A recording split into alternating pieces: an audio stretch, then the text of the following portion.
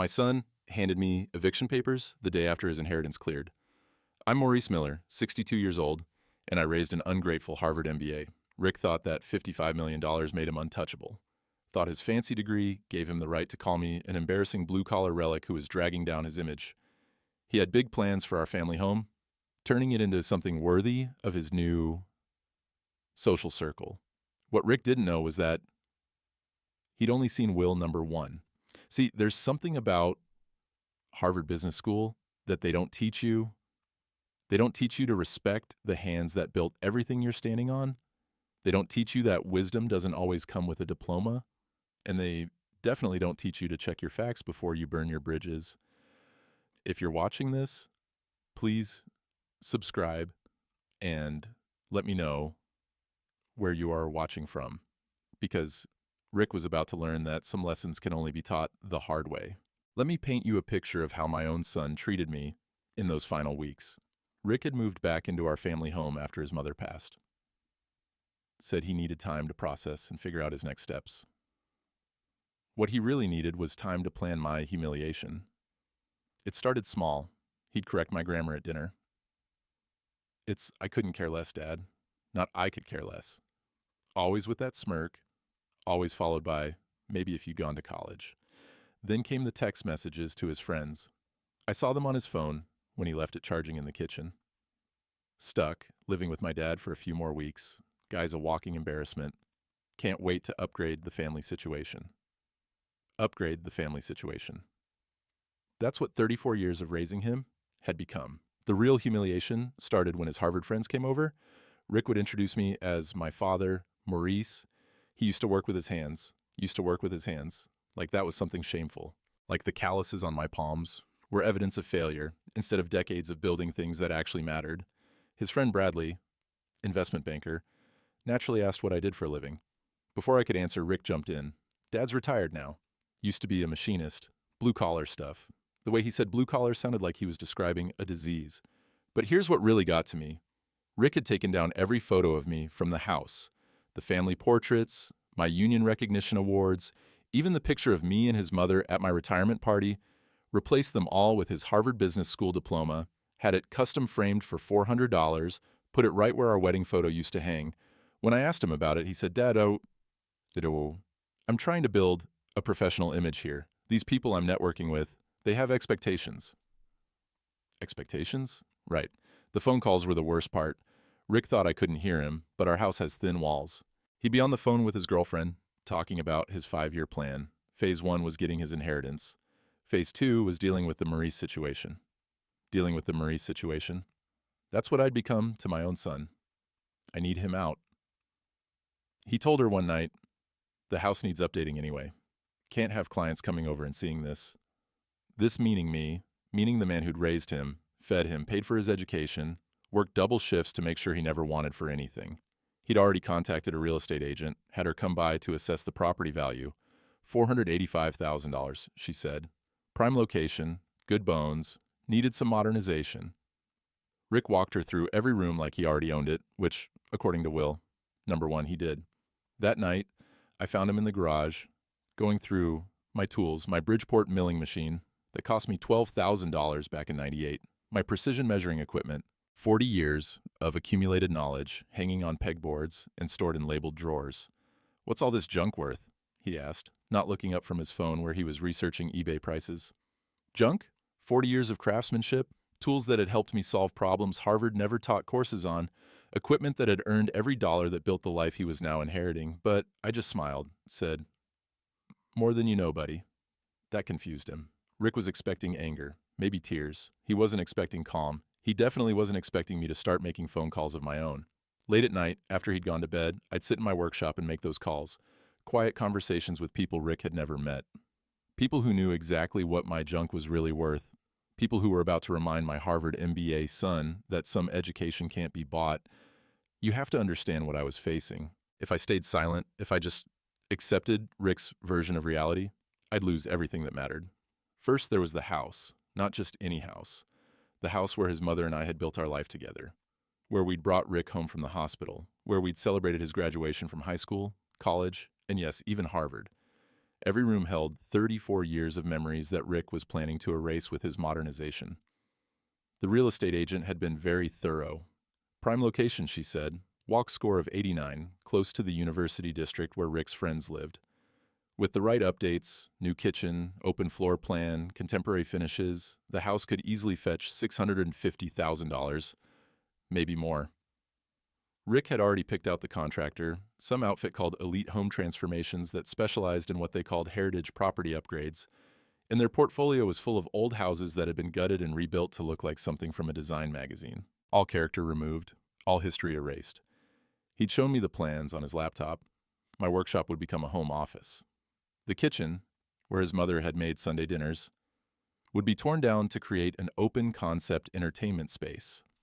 The living room where we'd watched him play Little League would be expanded into something he called a conversation pit, but losing the house was just the beginning. See, Rick had convinced himself that his inheritance made him the family success story, the one who'd made it out. In his mind, I was just the blue-collar father who'd served his purpose and could now be discarded.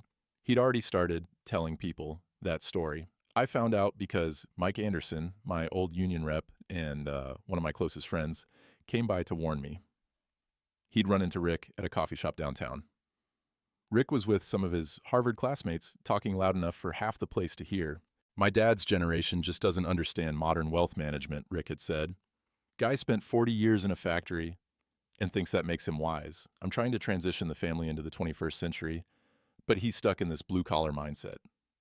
Blue-collar mindset. Like that was something to be ashamed of. Mike said one of Rick's friends had asked about my background. Rick's response was even worse. Honestly, I'm not sure what he actually accomplished. Worked with his hands, made an okay living, but never really built anything significant. That's why I went to Harvard, to break that cycle. Never built anything significant. That's when I realized the stakes weren't just financial. Rick wasn't just stealing my house, he was stealing my legacy. In his version of our family story, I was the limitation he'd overcome, the blue-collar ceiling he'd broken through, the embarrassment he'd left behind, and it was working. His girlfriend, Emma, had already started referring to me as Rick's project, as in, "How's your project going?" when she asked about moving me out. I wasn't Maurice Miller, the man who'd raised her boyfriend. I was a problem to be solved. The worst part was watching how it affected the few family relationships I had left.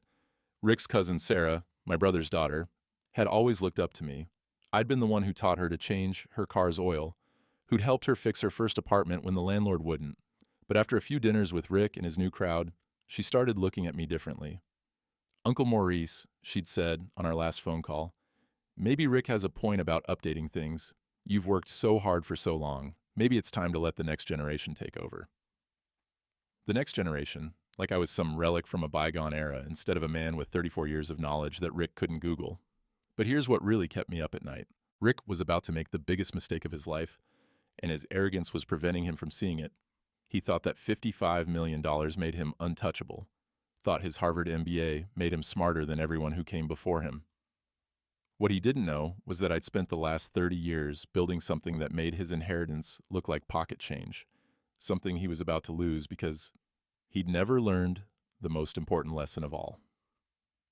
Always check your facts before you burn your bridges, because in exactly 72 hours, Rick was going to throw a party to celebrate his new life.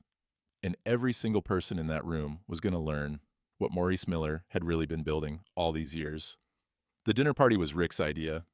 A networking event, he called it, translation, a chance to show off his inheritance and introduce his new social circle to the upgraded family situation. He'd invited 12 people, all Harvard MBAs, investment bankers, or consulting partners, the kind of people who wore their credentials like armor and measured success in portfolio values. Rick had spent $2,000 catering the event, hired some upscale outfit called Metropolitan Dining Solutions. Their servers wore black ties and spoke in hushed professional tones. The whole thing felt like a wake for the family I used to know. I wasn't supposed to be there. Rick had made that clear. "Dad, this is really a professional thing. Maybe you could find somewhere else to be tonight, but it was still my house. At least until the paperwork went through." So I stayed. Rick introduced me to his guests like I was part of the decor. "This is my father, Maurice. He's transitioning into retirement like I was some kind of corporate restructuring project. The conversations were exactly what you'd expect.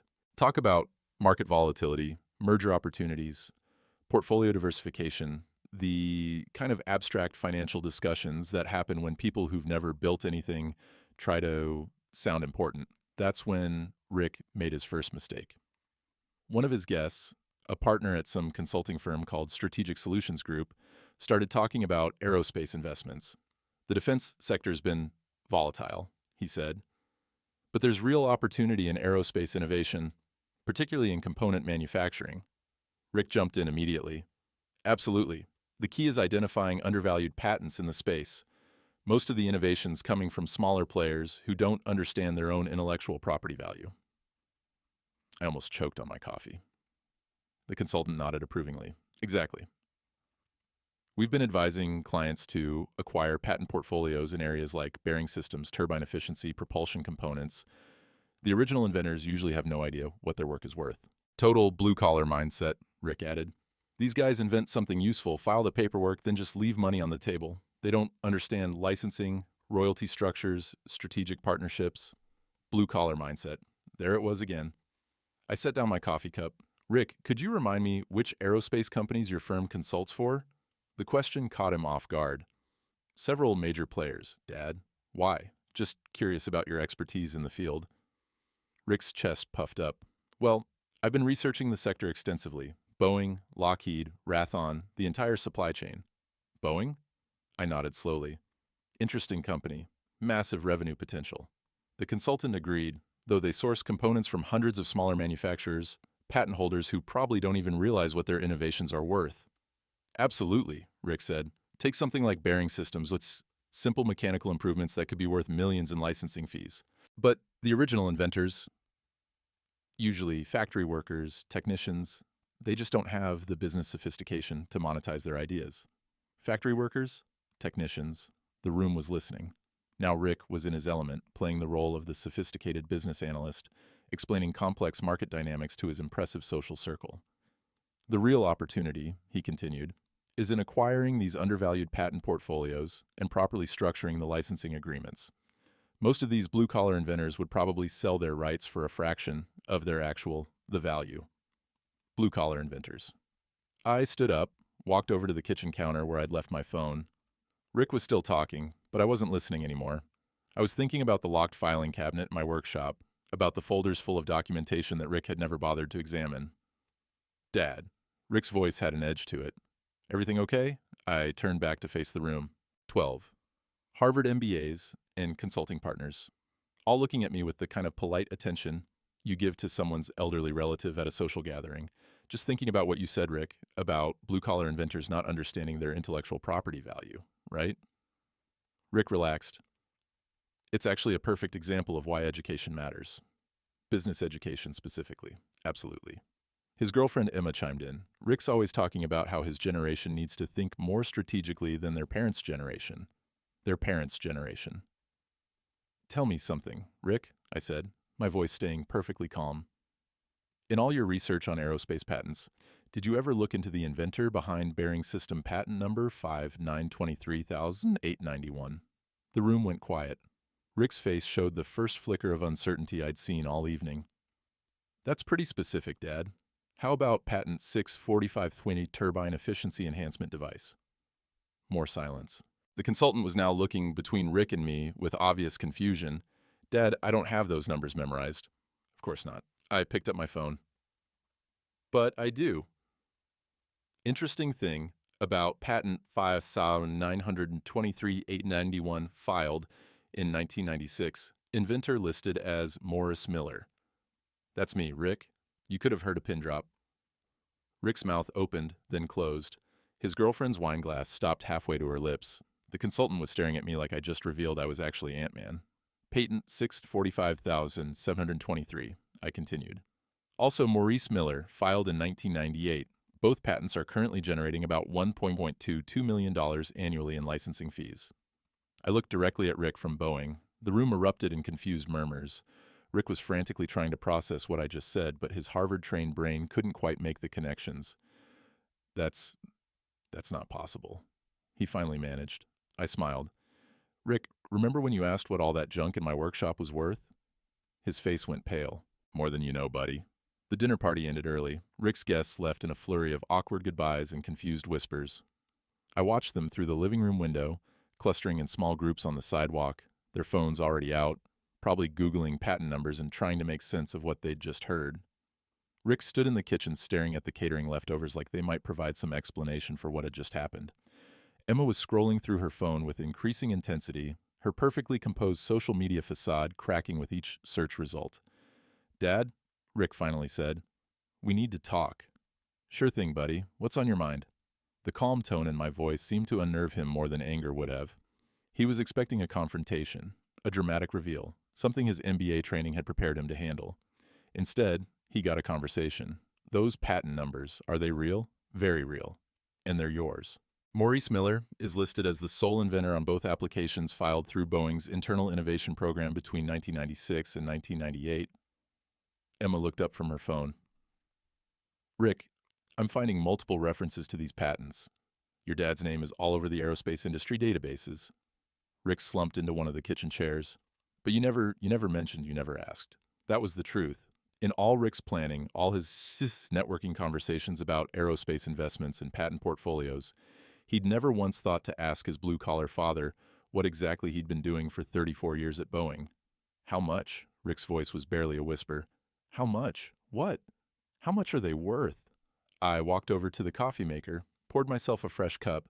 The kitchen felt different now, smaller somehow, like the walls were closing in on Rick's certainty about how the world worked. "That's an interesting question, Rick. Depends on how you calculate value." Emma was reading something on her phone, her eyes getting wider with each paragraph. "Rick," she said slowly, "I think you need to see this." She turned her screen toward us. It was a Boeing press release from 2019, celebrating the company's Innovation Hall of Fame. There was a photo of 12 employees being recognized for transformational contributions to aerospace technology. Third from the left, wearing a basic blue button-down shirt and looking slightly uncomfortable in the spotlight, was me. The caption read, "Maurice Miller, recognized for bearing system innovations that have improved fuel efficiency across Boeing's commercial aircraft fleet."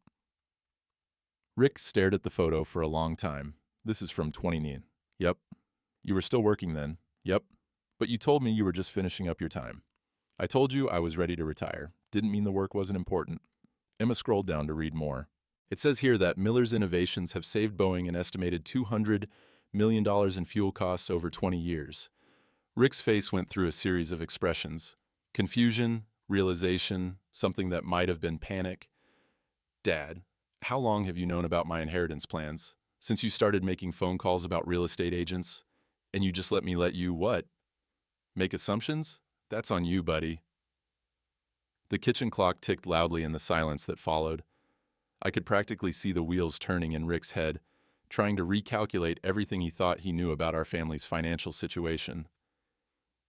"Dad," he said finally, "I think I may have made a mistake." "May have." Emma was still reading, her finger scrolling through search results with increasing desperation. "Rick, there's a whole Wikipedia page about aerospace patents. Your dad's work is referenced in like 20 different articles." Rick rubbed his forehead. "Why didn't you tell me?" "When would have been a good time, between you calling my work junk and planning to turn my workshop into a home office?"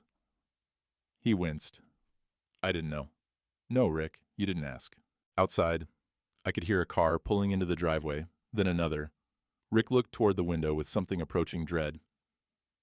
"Expecting someone?" I asked. "No, but—" He paused, checked his phone.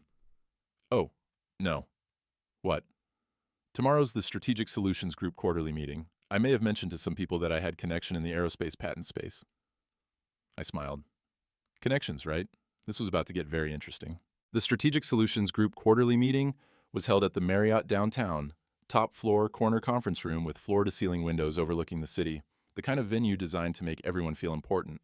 Rick had insisted I come, not because he wanted me there, but because he was starting to realize he might need me there. His confidence from the dinner party had evaporated completely, replaced by a desperate kind of energy that reminded me of his high school years when he'd oversold his knowledge on a test he hadn't studied for. The meeting started at 2 p.m. By 1:45, Rick was sweating through his $300 dress shirt. "Dad," he whispered as we walked into the hotel lobby, "maybe you could just keep things simple. Don't mention specific numbers, unless someone asks directly." "Sure thing, buddy." But Rick's problem wasn't what I might say. His problem was what he'd already said. The conference room held about 30 people: senior partners, consulting directors, a few clients from major corporations, the kind of room where careers got made or destroyed based on the credibility of your presentations. Rick was scheduled to give a 15-minute overview of emerging opportunities in aerospace patent acquisition. According to the agenda, he was going to discuss undervalued intellectual property assets in the component manufacturing sector and strategic approaches to working with blue-collar inventors. Blue-collar inventors? He'd actually put that phrase in writing. The presentation started well enough.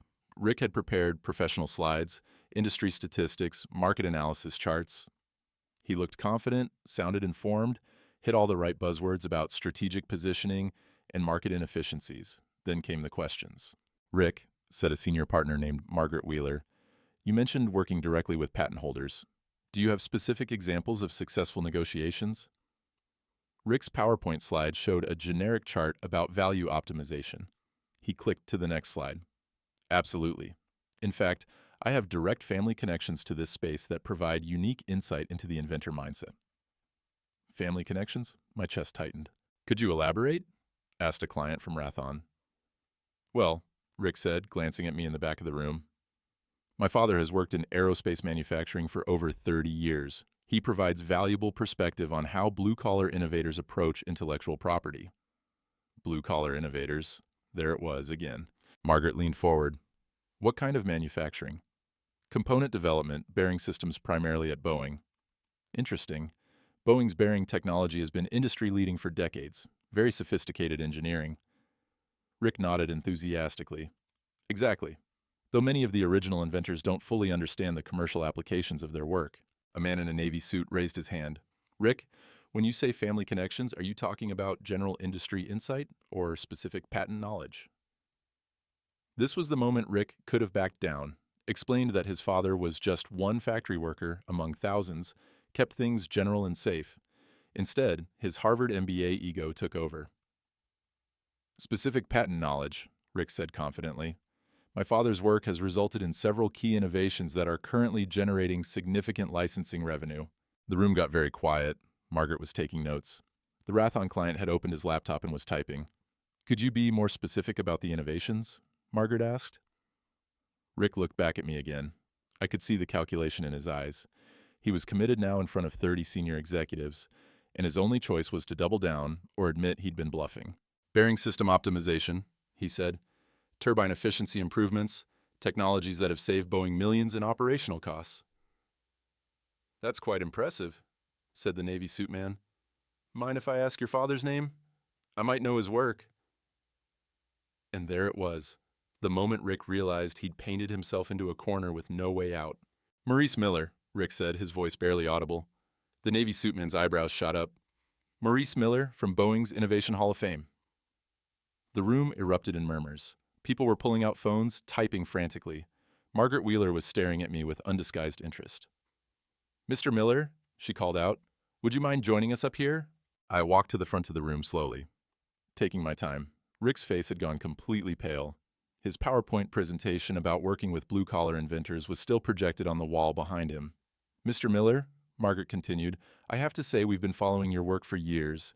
Patent 5,923,091 revolutionized bearing efficiency across the industry."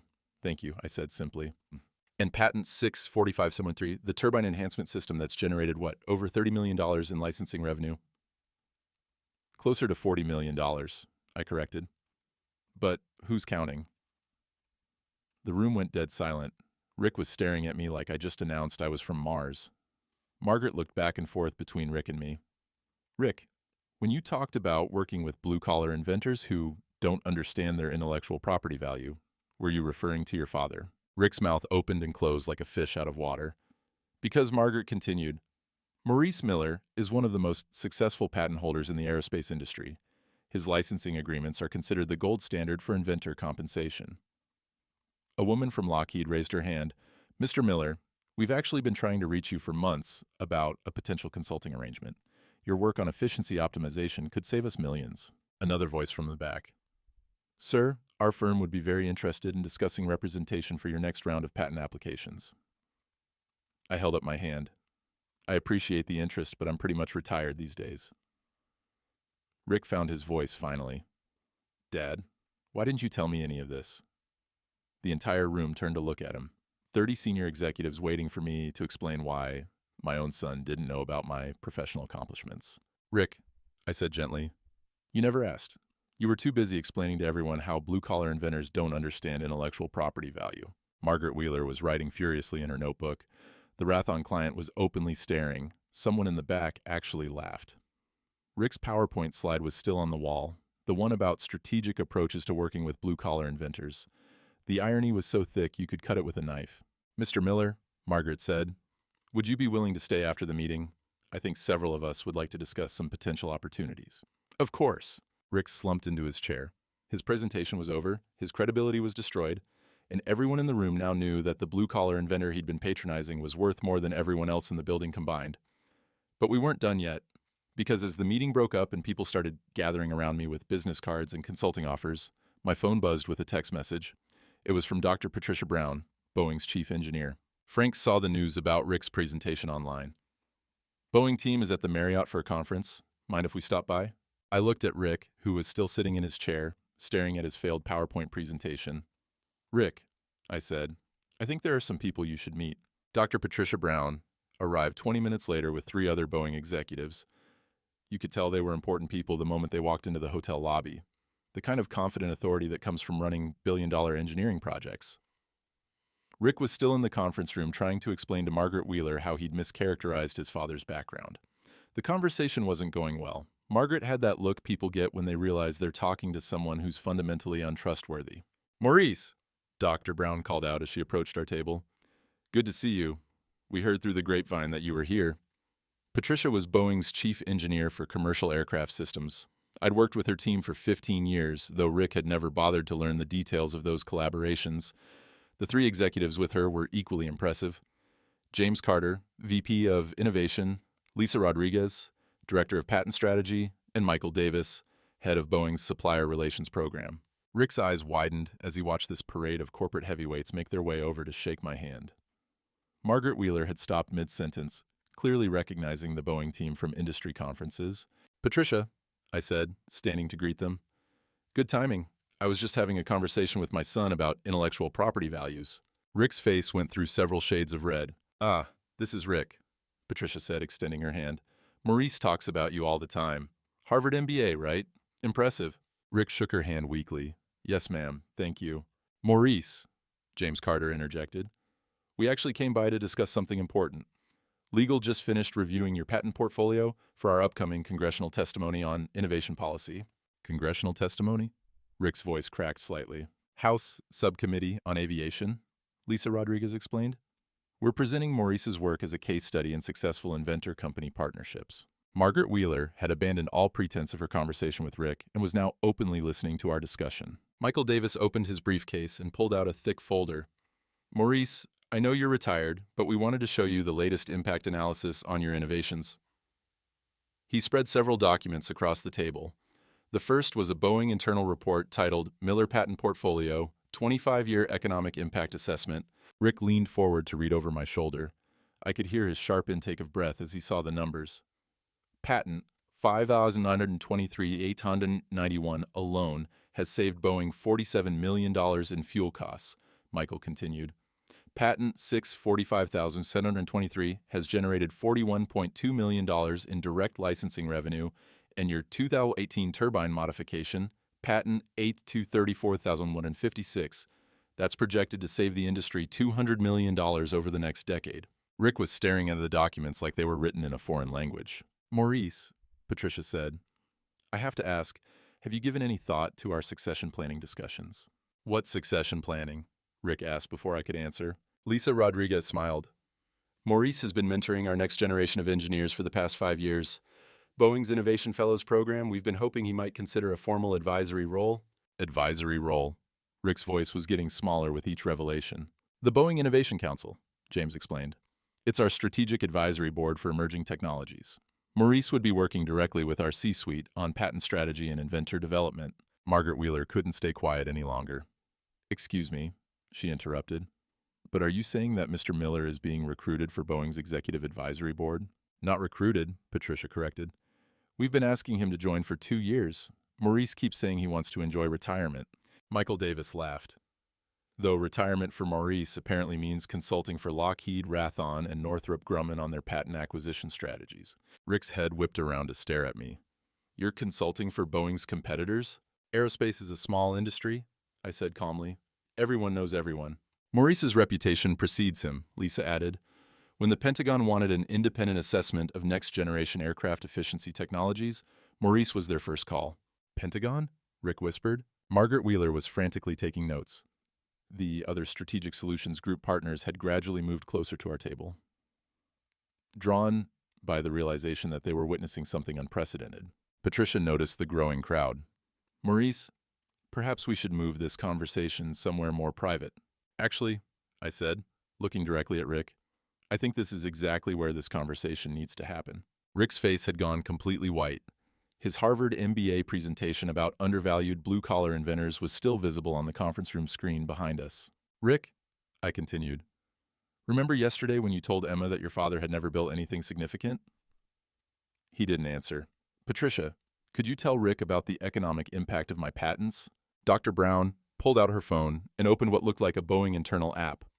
Combined economic impact across all Miller patents through 2023, $247 million in cost savings, $156 million in direct licensing revenue, estimated $400 million in future value over remaining patent life. The room was completely silent. And Rick, I said, remember when you told your consulting friends that blue-collar inventors don't understand the business sophistication required to monetize their ideas? Rick was staring at his shoes. Lisa, could you explain how patent licensing works? Lisa Rodriguez opened her briefcase and pulled out another folder. Maurice maintains direct licensing agreements with 17 major aerospace companies. He negotiates his own rates, structures his own royalty schedules, and maintains approval rights over all applications of his technologies. Maintains approval rights? Margaret Wheeler asked. Maurice owns his patents outright, James Carter explained. Boeing doesn't own them, we license them. Maurice retains full control over how his innovations are used and by whom. Rick finally found his voice. But the inheritance. What inheritance? Michael Davis asked. I reached into my jacket pocket and pulled out a folded document. Rick, this is Will, number 2, the real one. His hands were shaking as he took the paper. Will number 1 was a test, I continued. Your mother and I designed it to see what kind of man you'd become when you thought you had power over me. Rick unfolded the document. As he read, his face went through expressions I'd never seen before. According to Will number 2, I explained to the room, Rick's inheritance is contingent on demonstrating respect for the people who built the foundation of his opportunities. He gets the house, the traditional inheritance, and access to my patent portfolio only if he can prove he understands the value of the work that came before him. Margaret Wheeler leaned forward. And if he can't prove that? Then everything goes to the Maurice Miller Foundation for Blue Collar Innovation, a charity I established last year to provide patent education and legal support to working-class inventors. Rick was still reading, his lips moving silently as he processed the legal language. There's an evaluation period, I continued. 6 months for Rick to demonstrate that he's learned to respect the knowledge and contributions of people whose education came from experience rather than classrooms. And who evaluates that? Patricia asked. A board of 3 people. You as Boeing's chief engineer, Mike Anderson representing organized labor, and Janet Wilson, our family attorney. Rick looked up from the will. Dad, The evaluation starts now, Rick. Today, in front of all these people who just heard you call your father an undervalued blue-collar inventor who doesn't understand intellectual property. The Boeing executives were looking at Rick with expressions ranging from curiosity to concern. Margaret Wheeler was writing so fast her pen was practically smoking. The first test, I continued, is simple. Can you acknowledge, in front of these business professionals, that your father's 34 years of work have value that can't be measured by a Harvard MBA? Rick stared at me for a long moment. The room held its breath. Finally, he spoke. Dad, I owe you an apology. It was a start. Rick's apology was just the beginning. Over the next hour, in front of 30 business executives and 4 Boeing senior leaders, my son had to confront every assumption he'd made about success, education, and the value of different kinds of knowledge. It wasn't pleasant to watch, but it was necessary. I need to understand something, Rick said, his voice barely steady. How long have you been planning this? The will? Since your mother's diagnosis 2 years ago, she was the one who insisted on the test? Rick's face crumpled slightly at the mention of his mother. Mom knew? She knew you were smart, ambitious, and completely unprepared for the real world. Harvard taught you to analyze businesses, but it never taught you to respect the people who build them. Patricia Brown had been listening quietly, but now she spoke up. Rick, can I ask you something? Yes, ma'am. In your presentation today, you talked about strategic approaches to working with blue-collar inventors. What did you mean by that? Rick glanced around the room. Every face was watching him, waiting for his answer. I meant... He stopped, took a breath, started again. I thought that people like my father didn't understand the business side of their innovations. I thought they needed people like me to help them maximize value. And now I realize I don't know anything about the business side of innovation. I know how to read financial statements and build PowerPoint presentations. My father knows how to create value from nothing. It was the first honest thing Rick had said in weeks. Margaret Wheeler looked up from her notes. Rick, Strategic Solutions Group has been trying to break into the aerospace patent consulting market for 3 years. We've had minimal success because we lack credible relationships with actual inventors. Rick nodded slowly, beginning to understand where this was heading. Your father, on the other hand, has relationships with every major patent holder in the industry. He's respected by Boeing, Lockheed, Raytheon, and the Pentagon. He's exactly the kind of strategic partner we need. Yes, ma'am. So, here's my question. Instead of trying to manage your father's intellectual property, why don't you try learning from it? Rick looked at me.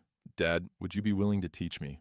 That was the moment I'd been waiting for. Not an apology, not an acknowledgement of my success, but a recognition that he had something to learn. Rick, I've been trying to teach you for 30 years. The question is whether you're finally ready to listen. Dr. Brown stood up and began packing her documents. Maurice, we should let you handle this family conversation. But before we go, Rick, your father is one of the most respected innovators in the aerospace industry.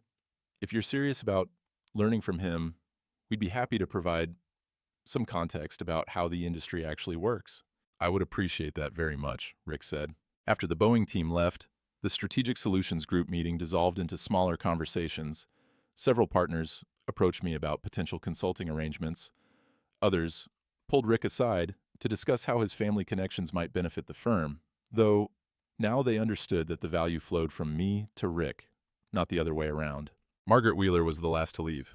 Maurice, she said, we'd be very interested in discussing a formal relationship with your foundation.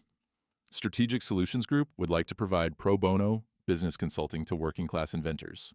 That's generous, Margaret. I'll have my attorney send you the details. After everyone had gone, Rick and I sat alone in the empty conference room. His failed PowerPoint presentation was still projected on the wall, slides about undervalued blue-collar inventors that now seemed like artifacts from another era. Dad, Rick said finally, I've been an idiot. Yes, you have. I mean, a complete, total Harvard-educated idiot. Harvard didn't make you an idiot, Rick. It just gave you a vocabulary for expressing your ignorance more effectively. He laughed despite himself. So what happens now? I reached into my briefcase and pulled out another folder. Now you start learning. This contains your reading assignments for the next 6 months. Patent law, engineering principles, manufacturing processes, and labor history. Rick opened the folder. It was thick. Your evaluation board meets in December. Patricia will test your understanding of how innovation actually works. Mike Anderson will assess whether you've learned to respect working-class knowledge. Janet Wilson will determine if you're ready to inherit the responsibility that comes with wealth. And if I fail, then you'll have learned something valuable about humility, and 40,000 working-class inventors will benefit from a very well-funded foundation. Rick nodded slowly. When do I start? Tomorrow morning, 6 a.m., my workshop. Your workshop? That's where the real education happens, buddy. Hope you're ready to get your hands dirty. The news traveled fast. By the next morning, Rick's presentation had become industry legend, not for the reasons he'd hoped.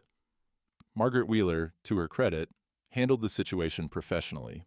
Strategic Solutions Group issued a quiet internal memo about ensuring accuracy in client presentations, and Rick was reassigned to projects that didn't involve aerospace consulting. His Harvard MBA credentials were still valuable, just not in the way he'd originally imagined. The real consequences started showing up in Rick's social media. His LinkedIn profile, which had previously featured updates about disrupting traditional industries and leveraging family connections, went silent. His networking posts about strategic opportunities in aerospace patents were quietly deleted.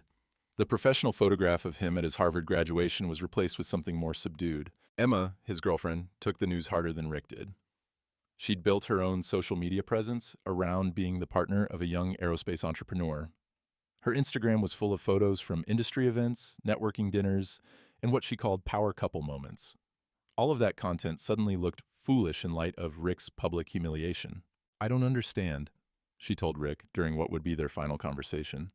"You said your father was just a factory worker." "He was a factory worker," Rick replied. "He was also one of the most successful inventors in the aerospace industry. I just never bothered to learn the difference." Emma moved out the following week. The professional consequences were more complex. Strategic Solutions Group didn't fire Rick. His Harvard credentials still had value, and his willingness to acknowledge his mistakes had actually impressed some of the senior partners. But his trajectory within the firm changed dramatically.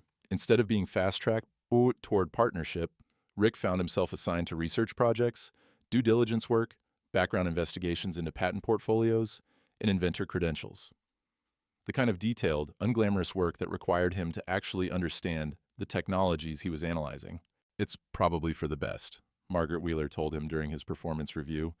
"You have good analytical skills, Rick. You just need to learn how to apply them to things you don't already think you understand." The Boeing executives, meanwhile, became regular visitors to our house. Dr. Patricia Brown started stopping by every few weeks, ostensibly to discuss technical questions with me, but really to observe Rick's progress. She'd ask him detailed questions about manufacturing processes, patent law, and engineering principles. Rick's answers went from embarrassingly ignorant to surprisingly informed over the course of 3 months. "He's learning," she reported to Janet Wilson, our family attorney. "Slowly but genuinely." Mike Anderson, my old union rep, was tougher to convince.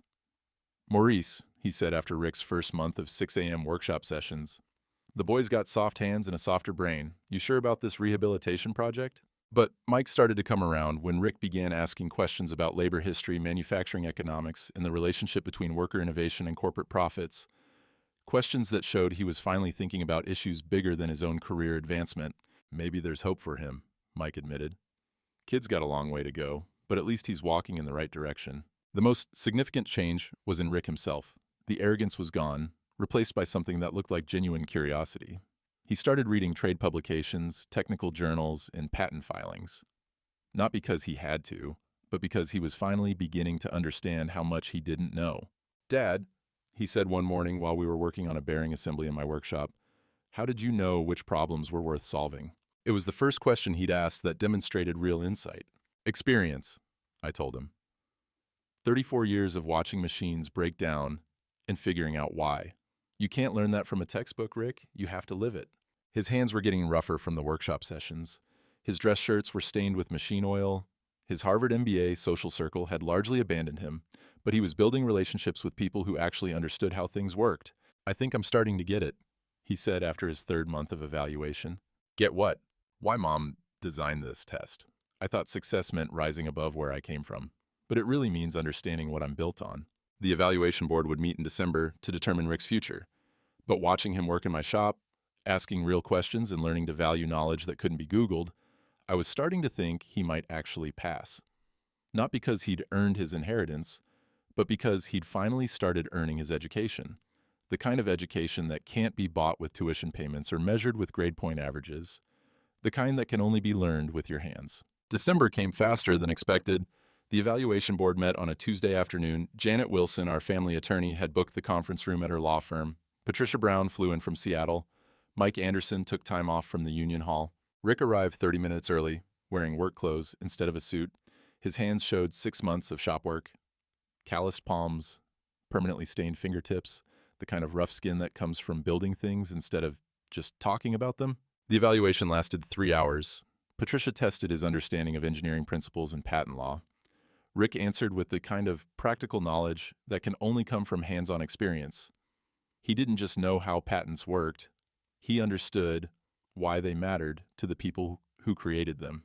Mike Anderson asked harder questions about labor history and worker dignity. Rick's answers showed he'd learned to see factory work as skilled craftsmanship instead of manual labor.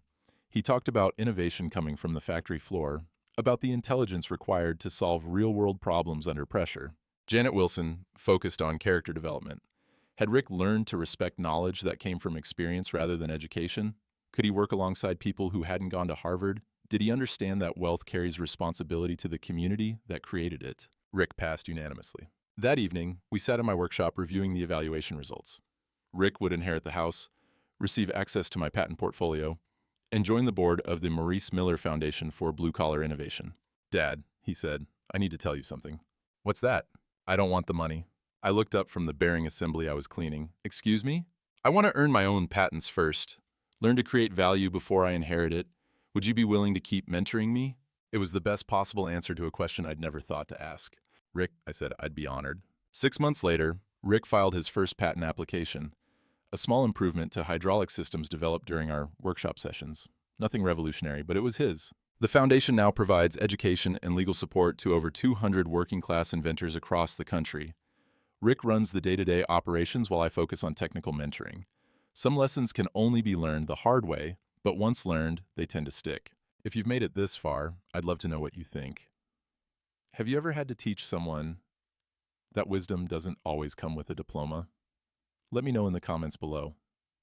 And remember, some education can't be bought. It has to be earned.